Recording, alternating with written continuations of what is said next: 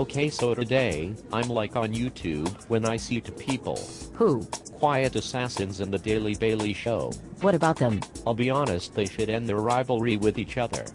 The Quiet Assassins guy Joseph became such a fathead about his videos because he's constantly ranting on the Daily Bailey Show's videos when his are the same as Bailey's. Yeah man, I know, but I mean, I will say that the only reason he's so big is because of the amount of subscribers he has, and his actors like Bailey has none of that, and all he get is crap from Joseph about his vids. man, Joseph is a fathead. Yeah, and I bet if any word about this gets out, you know how much of a hard time Joseph will give poor Bailey. A really hard time. I will say that Joseph's vids are pretty darn funny, but the ones he made before he got all of his actors and stuff sucked. He should get off Bailey's back. After all, his are getting better and better. Yeah.